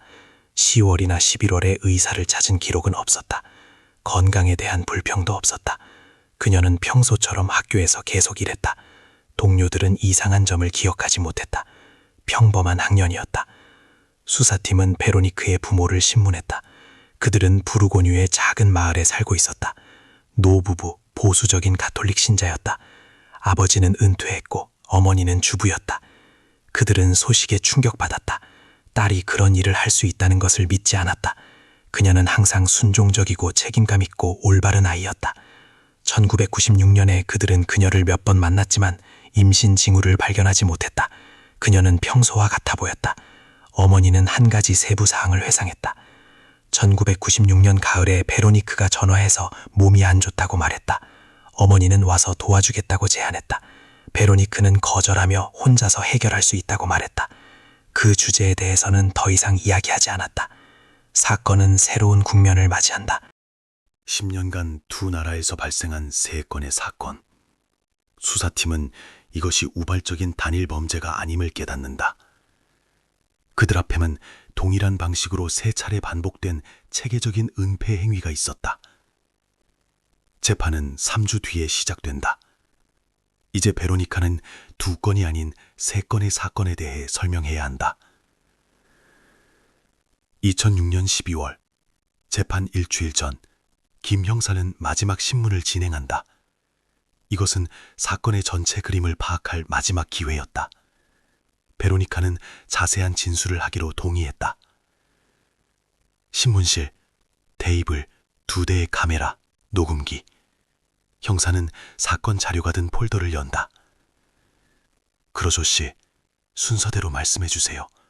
첫 번째 사건에 대해 말씀해 주세요. 1996년 10월 리옹에서 있었던 일입니다. 베로니카는 똑바로 앉아 있었다. 손은 테이블 위에 놓여 있었다. 목소리는 차분했다. 아침에 진통이 시작됐어요. 장루이는 출장 중이었고요. 저는 욕실로 갔어요. 대략 3시간 뒤에 모든 것이 끝났어요. 무엇을 보셨습니까? 그것은 작았어요.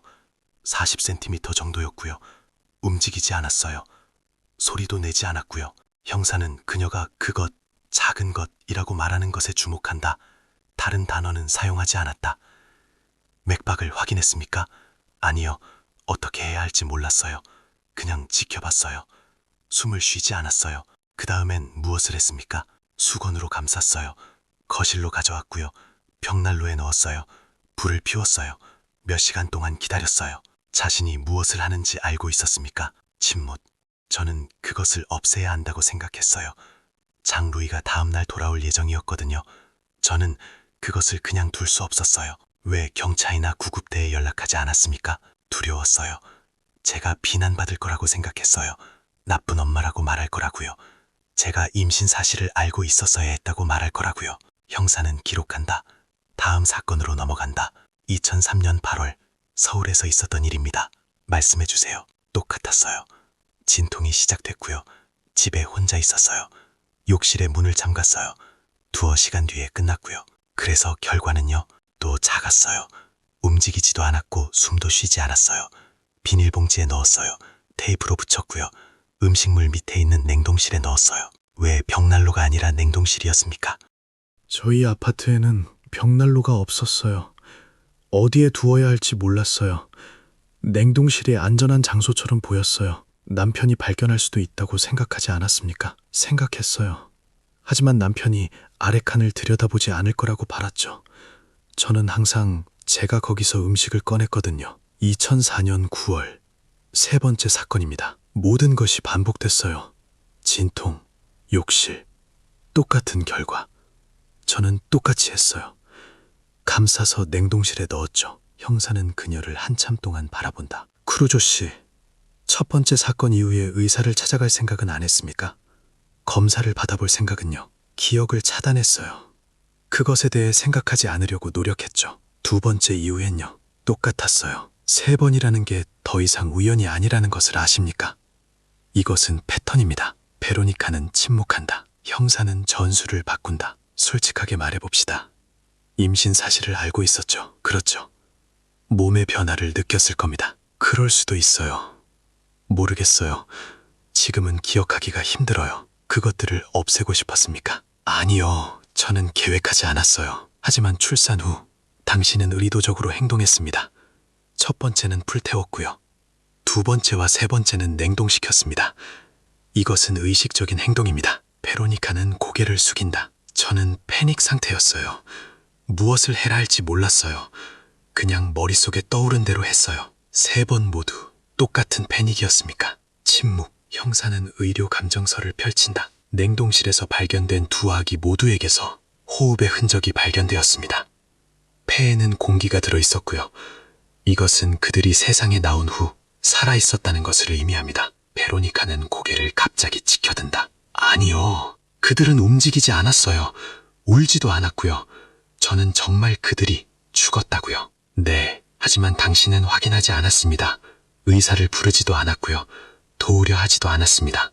어떻게 해야 할지 몰랐단 말이에요. 당신은 교사입니다. 교육받은 여성이고요. 2명의 건강한 아들이 있습니다. 신생아가 어떻게 생겼는지 알고 있습니다. 당신은 이해했어야 했습니다. 베로니카는 2 손으로 얼굴을 가린다.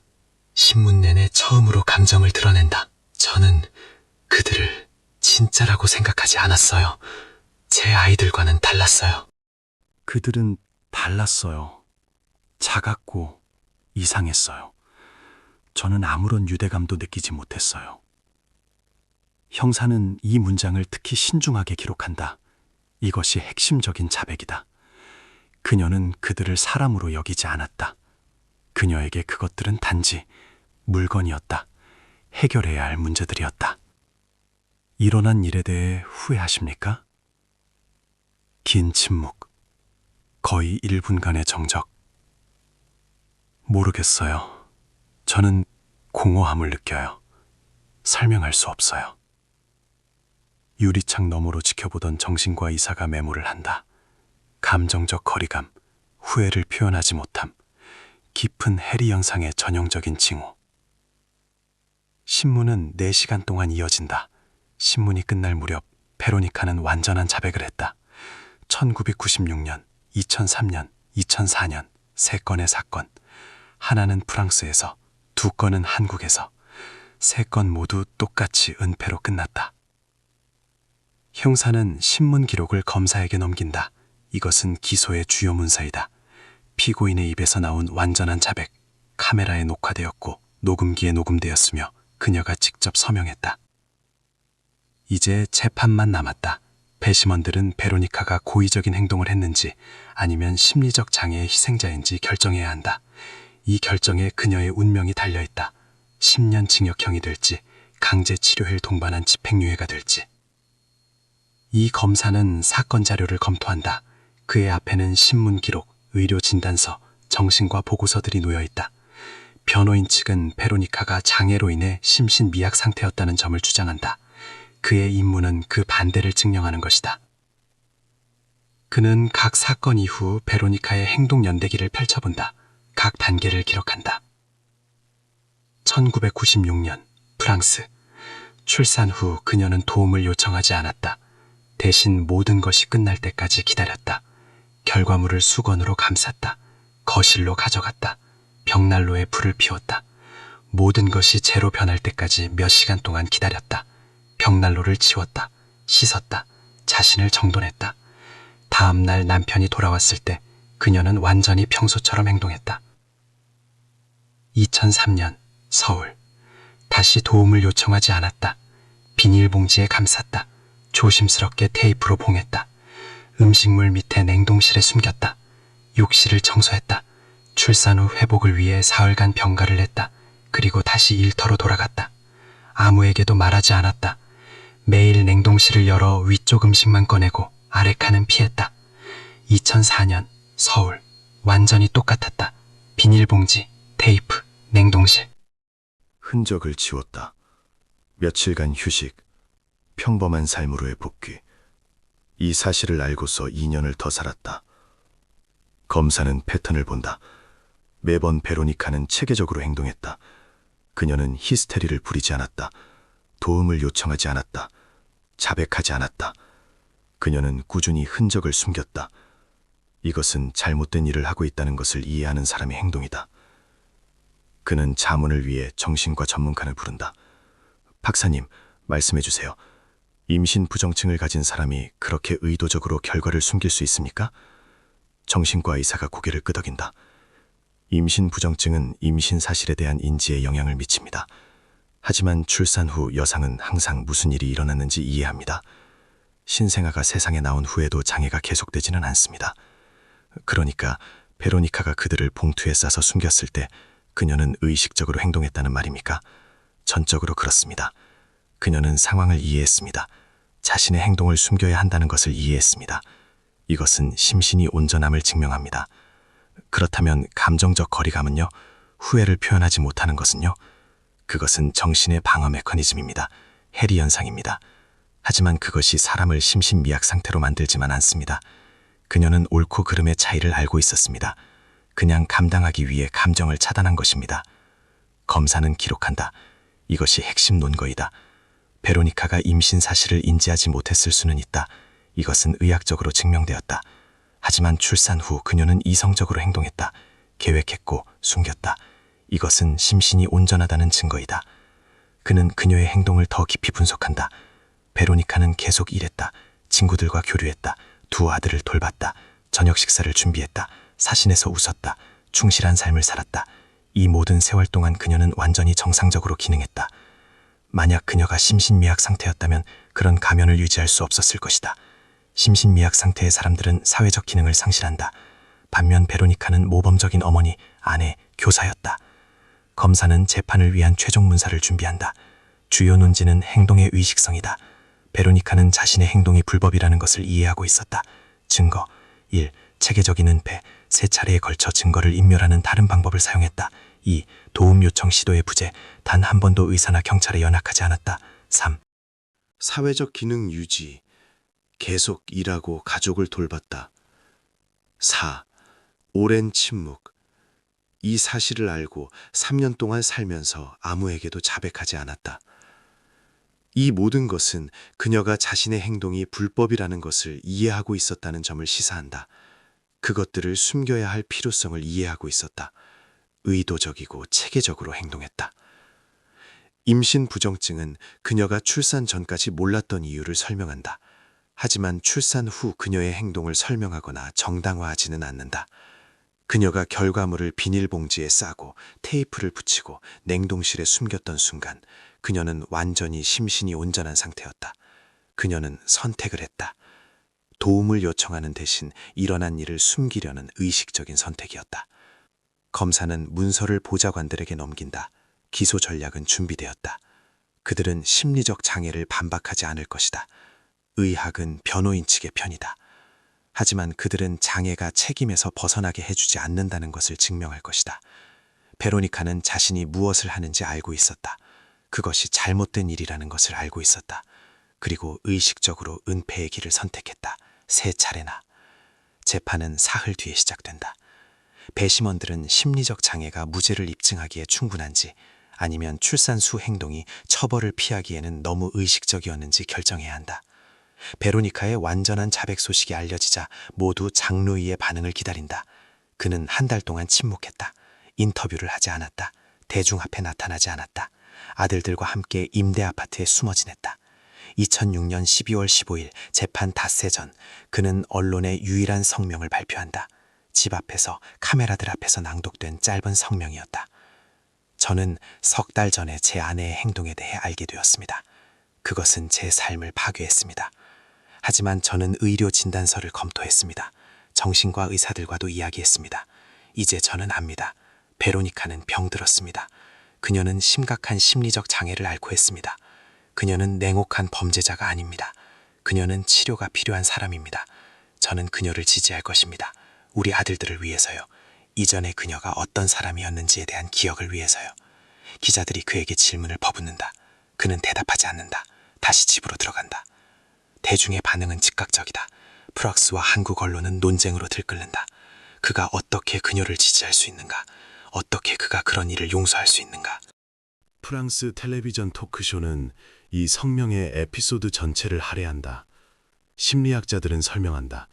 이것은 배우자가 트라우마에 대해 보이는 정상적인 반응이다. 부정, 합리적인 설명을 찾으려는 시도. 장로인은 그런 일을 저지를 수 있는 사람과 7년을 살았다는 사실을 받아들일 수 없다. 평을 믿는 것이 더 쉽다. 페미니스트 단체들은 베로니카를 옹호한다. 그들은 말한다. 이것은 여성에게 가해지는 사회적 압력의 결과이다. 동시에 완벽한 어머니, 아내, 전문가가 되어야 한다는 기대. 정신은 견디지 못한다. 붕괴가 일어난다. 보수단체들은 최고 형량을 요구한다. 그들은 말한다. 어떤 질병도 10년간 3건의 사건을 정당화할 수 없다. 첫 번째 사건 이후 그녀는 도움을 요청했어야 했다. 대신 2번이나 역사가 반복되도록 내버려 두었다. 이 사건은 전 세계 신문 1면에 실린다. 서울의 죽음의 냉동실, 프랑스 교사 3건의 사건 자백, 임신 부정증 현상, 질병인가 변명인가. 서울의 프랑스 공동체는 완전히 분열된다. 절반은 장로이와 교류를 끊는다. 그를 공범이거나 적어도 믿을 수 없을 정도로 눈진하다고 여긴다. 다른 절반은 그를 가엾게 여긴다. 그 자신도 희생자라고. 베로니카의 친구 이자벨은 프랑스 잡지와 인터뷰한다. 그녀는 카메라 앞에서 운다. 저는 믿을 수가 없어요. 저는 그녀를 7년 동안 알았어요. 저희는 절친한 친구였어요. 그녀는 완전히 정상으로 보였어요. 다정하고 친절했어요. 제가 어떻게 몰랐을까요? 아무도 어떻게 몰랐을까요? 베로니카의 부모는 언급을 거부한다. 그들의 변호사는 짧은 성명을 전달한다. 가족이 매우 힘든 시기를 겪고 있으니 사생활을 존중해달라고 요청한다. 베로니카의 8살과 6살 아들들은 아직 자세한 내용을 모른다. 장루이는 아이들에게 엄마가 아파서 병원에 입원했다고 말했다. 곧 나아서 돌아올 것이라고. 아동 심리학자가 가능한 결과에 대비해 아이들을 상담하고 있다. 그들이 자라면 진실을 알게 될 것이다. 하지만 지금은 아니다. 베로니카의 변호인은 남편의 공개적인 지지를 자신에게 유리하게 이용한다. 그는 언론에 말한다. 그녀와 7년을 함께 살았던 가장 가까운 사람이 그녀의 병을 믿는데 왜 사회는 믿을 수 없는가? 장루이는 그녀의 내면을 보았다. 누구보다 그녀를 잘 알았다. 그리고 그는 말한다. 이것은 장애이지 악의적인 의도가 아니다. 검사는 성명에서 반박한다. 남편의 감정적인 입장은 이해하지만 법적 효력은 없다. 법원은 감정이 아닌 사실을 평가할 것이다. 사실은 출산 후 의식적인 행동, 체계적인 은폐, 도움 요청 시도의 부재를 말한다. 12월 19일 재판 하루 전 베로니크는 정신과 클리닉에서 법원 건물로 이송된다. 카메라들은 그녀가 차에서 내리는 모습을 촬영한다. 마르고 창백하며 회색 정장을 입었다. 머리는 단정하게 묶여 있었다. 얼굴에는 감정이 없었다. 그녀는 기자들의 외침에 반응하지 않고 앞만 똑바로 본다. 법정에는 12명의 배심원이 모인다. 남성 6명. 그들은 베로니카 쿠르조의 운명을 결정해야 한다. 그녀가 고의적인 행동의 유죄인지 아니면 심리적 장애로 인한 심신미약 상태였는지 그들의 결정에 따라 형량이 달라진다. 각 사건당 10년 징역형이 될지 정신과 병원 강제 치료를 동반한 집행유예가 될지 내일 재판이 시작된다. 12월 18일 재판 이틀 전 수사팀은 마지막 절차인 사건 재연을 진행한다. 검사는 베로니카가 설명한 모든 것이 물리적으로 가능하다는 것을 배심원들에게 증명해야 한다. 남편이 살고 있는 아파트에서 그녀가 실제로 아무도 모르게 이 일을 할 수 있었다는 것을. 베로니카는 그들의 옛 아파트인 8층으로 이송된다. 장루이는 오래전에 이사했고 아파트는 비어 있었다. 김 형사, 검사, 변호인, 범죄 분석가, 카메라 기사가 참석한다. 모든 것이 기록될 것이다. 베로니카는 침착하게 아파트로 들어선다. 주위를 둘러본다. 지난 7년간 그녀의 집이었다. 이곳에서 아들들을 키웠다. 이곳에서 그 사건들이 일어났다. 쿠르조 씨, 2003년 8월에 모든 것이 어떻게 일어났는지 보여주세요. 형사가 말한다. 베로니카는 욕실로 간다. 방은 작다. 3m에 2m. 욕조, 세면대, 변기, 수건이 든 수납장. 아침에 통증을 느꼈어요. 진통이라는 걸 알았죠. 장루이는 9시에 출근했고 아이들은 학교에 있었어요. 저는 문을 잠갔어요. 그녀는 잠금 장치를 가리킨다. 안에서 잠그는 간단한 걸쇠. 여기에 욕조 가장자리에 앉았어요. 통증이 심해졌고요. 대략 2시간 뒤에 힘주기가 시작됐어요. 범죄 분석가는 모든 세부 사항을 기록한다. 변호인은 말없이 지켜본다. 그 다음엔 무슨 일이 일어났습니까? 모든 것이 빨리 끝났어요. 15분 정도. 결과물이 욕조에 떨어졌어요. 저는 그것이 작다는 것을 봤어요. 움직이지 않았고요. 마네킹으로 다음 행동을 보여주세요. 범죄 분석가는 신생아 크기의 특수 모형을 꺼낸다. 베로니카에게 건넨다. 그녀는 망설임 없이 그것을 잡는다. 욕조에 놓는다. 수건으로 어떻게 감쌌는지 보여준다. 어떻게 주방으로 가져갔는지. 그들은 주방으로 이동한다. 베로니카는 냉동실 문을 연다. 아래 칸을 보여준다. 여기서 비닐봉지를 꺼냈어요. 그녀는 싱크대 아래 서랍을 가리킨다. 감쌌고요. 이 서랍에 있던 테이프로 붙였어요. 여기에 가장 구석에 넣었어요. 위에 고기봉투들로 덮었죠. 형사는 확인한다. 실제로 냉동실 구석은 특별히 들여다보지 않으면 완전히 가려져 있었다. 위쪽 음식만 꺼낸다면 아래에 무엇이 있는지 수년 동안 눈치채지 못할 수도 있다. 전체 과정에 얼마나 걸렸습니까? 20분 정도요. 그 다음 저는 욕실로 돌아갔어요. 모든 것을 치웠어요. 씻고 침대에 누웠어요. 장로인은 저녁 6시에 돌아왔어요. 저는 몸이 안 좋다고 말했죠. 그는 아무 질문도 하지 않았어요. 검사는 메모한다. 물리적으로 모든 것이 가능했다. 남편은 8시간 동안 집에 없었다. 그 시간 동안 모든 것을 하고 흔적을 지울 수 있었다. 2004년 9월은요. 똑같았어요. 모든 것이 반복됐죠. 같은 행동, 같은 결과. 베로니카는 이 말을 완전히 침착하게 한다. 마치 저녁 식사 레시피를 설명하는 것처럼. 아무런 감정도 없이. 목소리에는 떨림도 없었다. 변호인은 인상을 누그러뜨리려 노력한다. 쿠루조 씨, 그때 당신은 무엇을 느꼈습니까? 아무것도요. 공허함만. 그냥 필요하다고 생각되는 일을 했을 뿐이에요. 당신이 잘못하고 있다는 것을 알고 있었습니까? 그렇지 않았다고 생각해요. 저는 쇼크 상태였어요. 제 행동을 분석하지 않았어요. 검사가 반박한다. 하지만 당신은 숨겨야 한다는 것을 알았습니다. 이것은 인지 능력을 보여줍니다. 저는 그냥 그것이 사라지기를 바랐어요. 문제가 없어지기를요. 재연은 1시간 반 동안 이어진다. 베로니카는 모든 단계를 보여준다.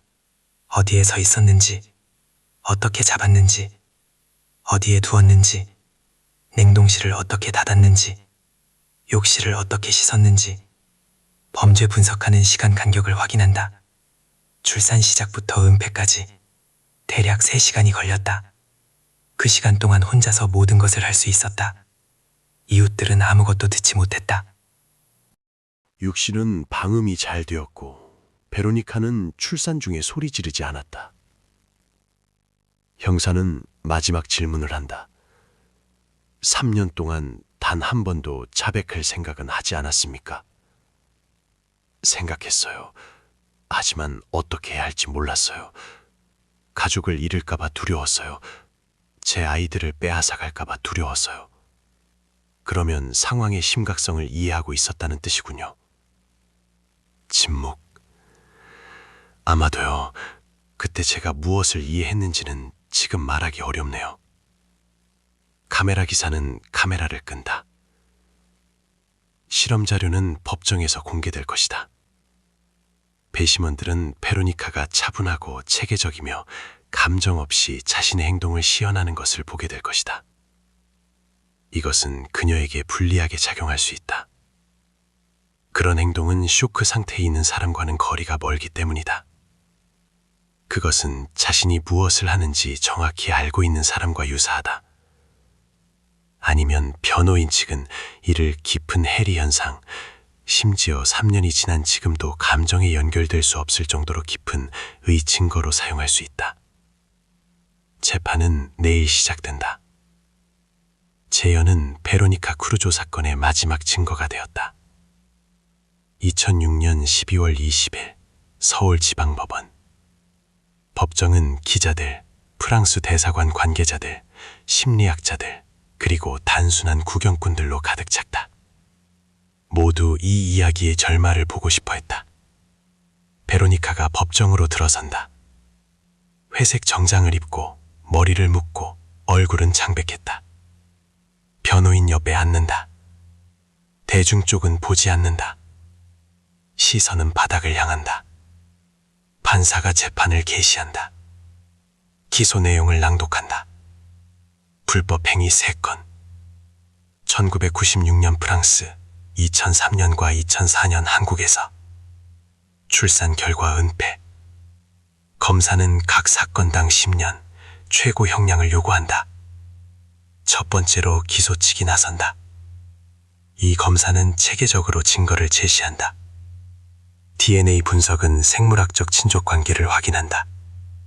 의료 감정은 도움 없이 출산한 흔적을 보여준다. 신문 기록에는 완전한 자백이 담겨 있다. 재연은 물리적 가능성을 증명한다. 그는 특히 체계적인 성격을 강조한다. 한 번의 패닉이 아니었다. 10년간 3번, 동일한 행동 양식, 은폐, 평범한 삶의 지속, 침묵. 이것은 의식성을 보여준다. 다음은 변호인 측이 나선다. 변호인은 뒤부와 교수를 소환한다. 정신과 의사는 임신 부정증 현상을 설명한다.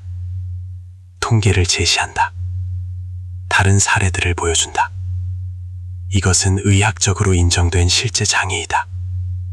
그 다음 서울대학교 정신과 의사가 소환된다. 그는 진단을 확인한다. 베로니카에게는 깊은 해리 현상이 있다. 감정 차단. 일어난 일을 현실로 받아들이지 못하는 능력. 이것은 가장이 아니다. 이것은 정신의 방어 메커니즘이다. 변호인은 주장한다. 베로니카는 범죄자가 아니다. 그녀는 아픈 사람이다. 그녀에게는 치료가 필요하며 감옥이 아니다. 법원은 증인들의 증언을 듣는다. 장루이가 증인석으로 나선다. 그는 조용히 겨우 말을 골라가며 말한다. 저는 베로니카와 10년을 살았습니다. 그녀는 좋은 아내였습니다. 우리 아들들에게는 다정한 어머니였고요. 저는 그녀의 장애에 대해 몰랐습니다. 이제 저는 압니다. 그녀에게는 도움이 필요합니다. 저는 그녀를 지지할 것입니다. 우리 아이들에게는 엄마가 필요합니다. 검사가 그에게 질문한다. 쿠루조 씨, 당신의 아내가 책임을 져야 한다고 생각하지 않습니까? 그렇게 생각합니다. 하지만 그것은 그녀의 상태를 고려한 책임이어야 합니다. 그녀는 제정신이 아니었습니다. 친구 이자벨이 증언한다. 학교 동료들이, 이웃들이 모두 한결같이 말한다. 아무도 아무것도 눈치채지 못했다고. 베로니카는 완전히 정상으로 보였다고. 재판 사흘째, 베로니카에게 마지막 진술 기회가 주어진다. 그녀는 일어선다. 처음으로 판사와 배심원들을 똑바로 바라본다. 저는 제가 끔찍한 일을 저질렀다는 것을 압니다. 이 일이 어떻게 일어났는지 설명할 수 없습니다. 제 행동을 정당화할 수도 없습니다.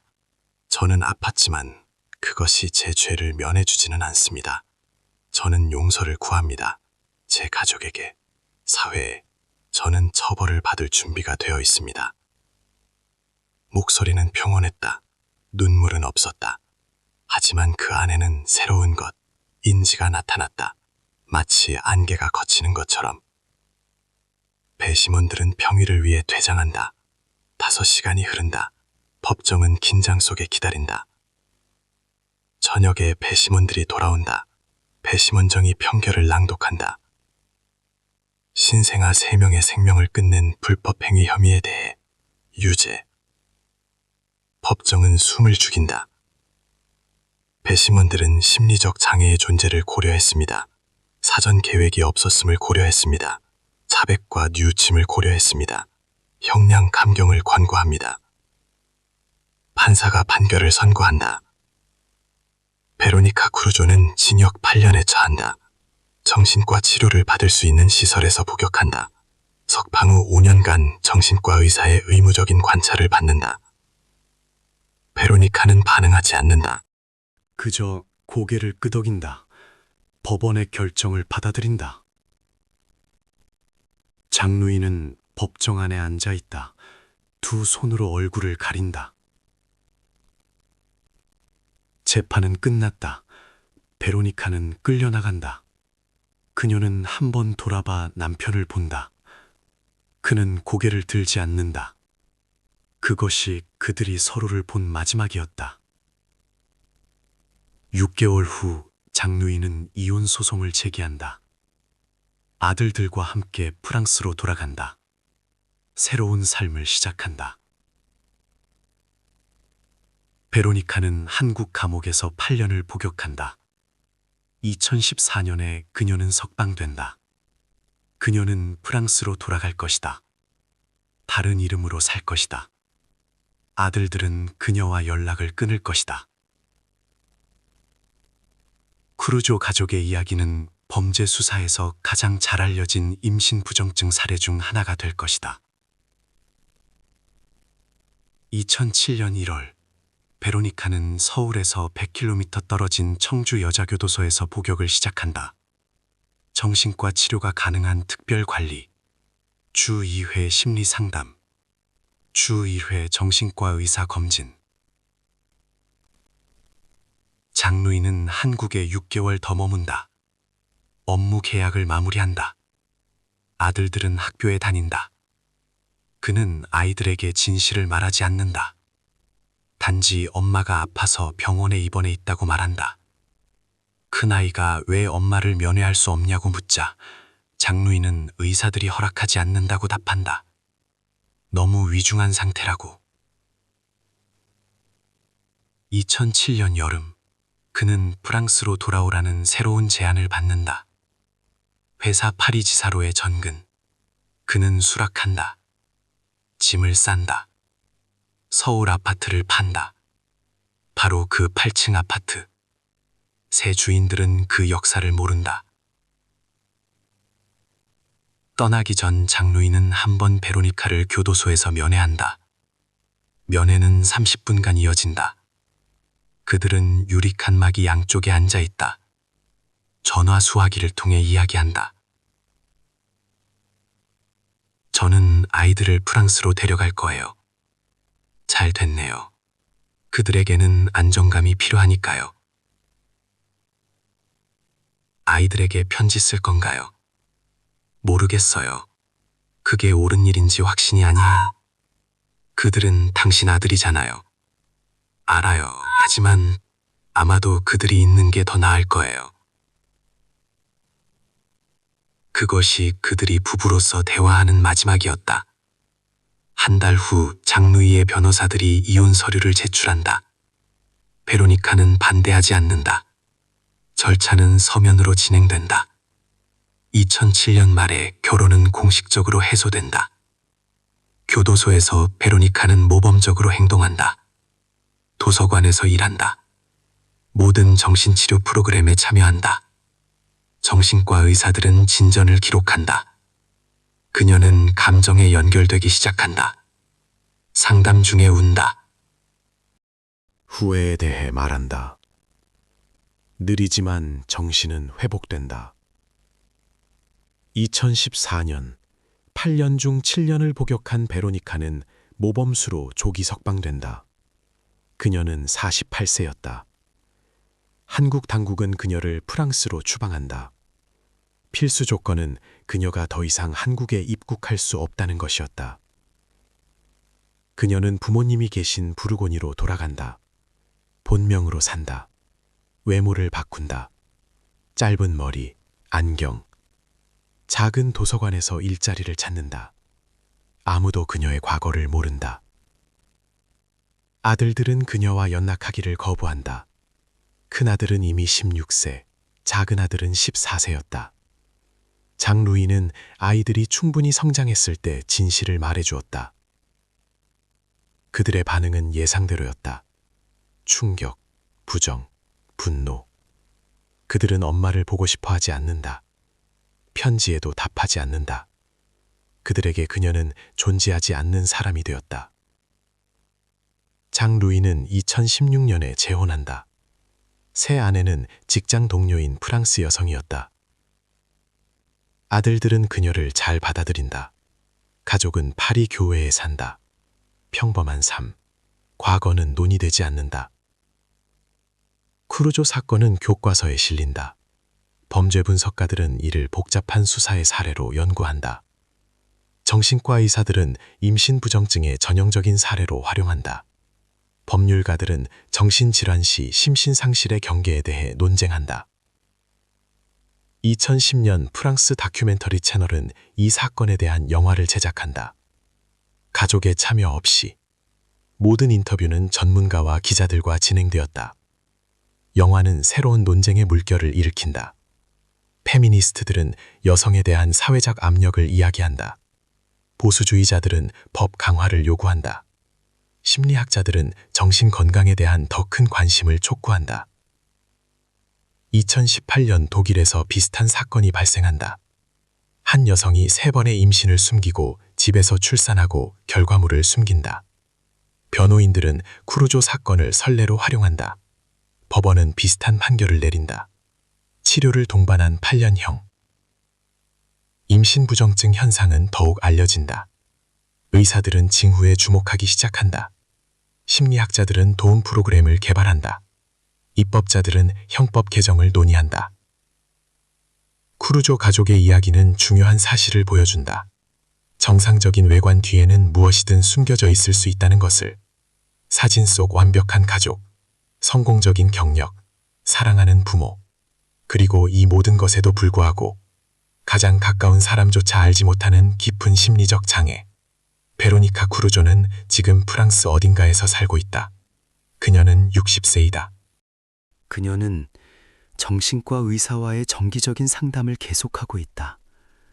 이것은 그녀의 석방 조건이었다. 일한다. 부모님과 연락한다. 혼자서. 가족 없이, 자녀 없이, 과거 없이. 장루이는 최근 자료에 따르면 여전히 파리에 살고 있다. 그의 아들들은 성장했다. 큰아들은 아버지처럼 엔지니어가 되었다. 작은 아들은 의학을 공부하고 있다. 그들은 각자의 삶을 꾸려나갔다.